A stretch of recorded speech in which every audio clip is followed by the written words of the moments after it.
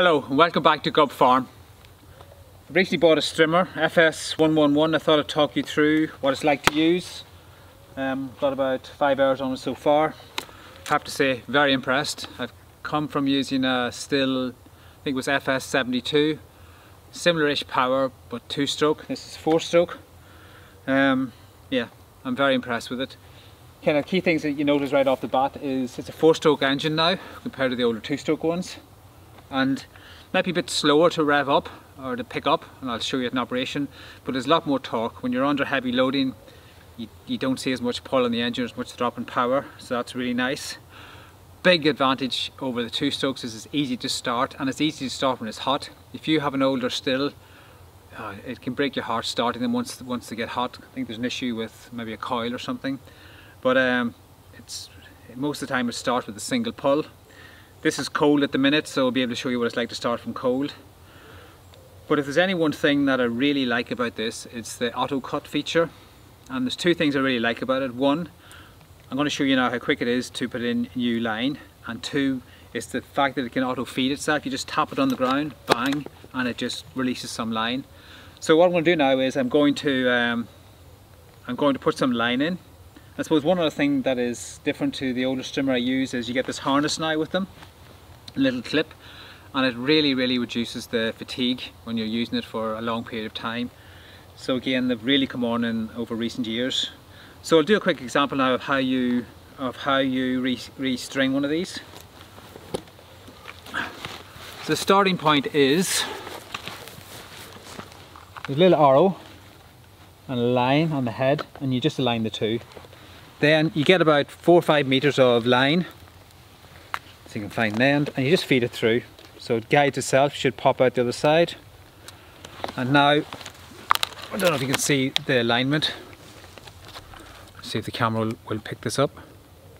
So there's an arrow and there's a line.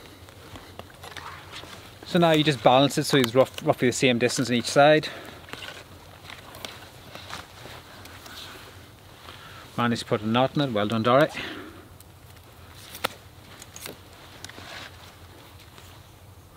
So probably got 2.5 meters here.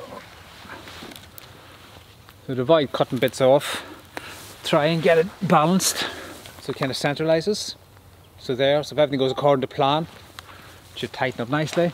And then you just push in and you rotate. So if you know what you're doing, I suspect you do this in about 30 seconds to a minute tops.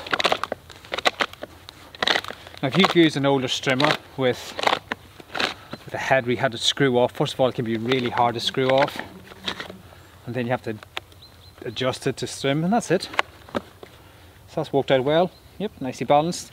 It's also a nice feature whereby if the string is too long, it'll just cut itself off, it'll clip itself. So just fire it up from cold, you get to see. You can even see me there. I've started from cold now, and you get to see what it's like. So, yeah, it's kind of a choke setting. You prime it, press a wee round ball.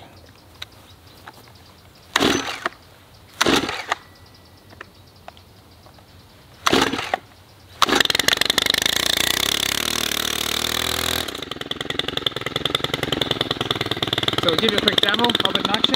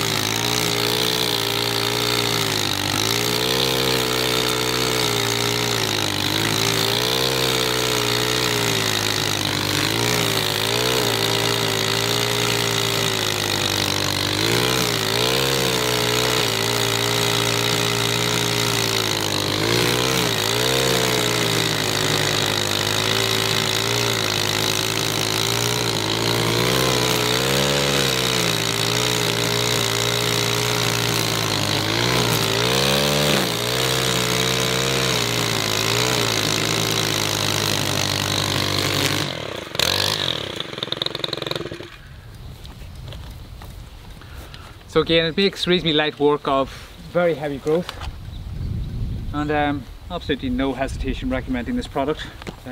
It's great, love it. While clearing off the grind, I've come across something. So I think it is an old Acrobat. So I'm going to clear it off now, we get to find out, but I think it's an old Acrobat that was used would have been used in days gone by to row up grass or hay. So let's find out.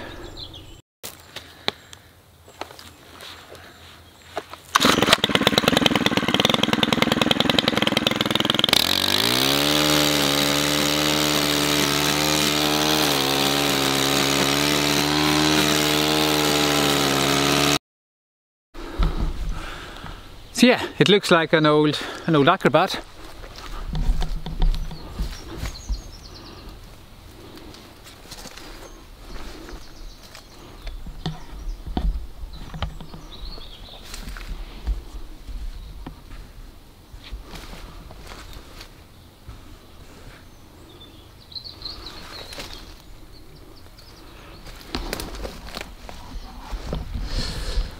So I've just got a new project for myself. I'm gonna have to fix that up. If it still has a use, I guess it might have a use. Oh no, that was interesting. Good luck.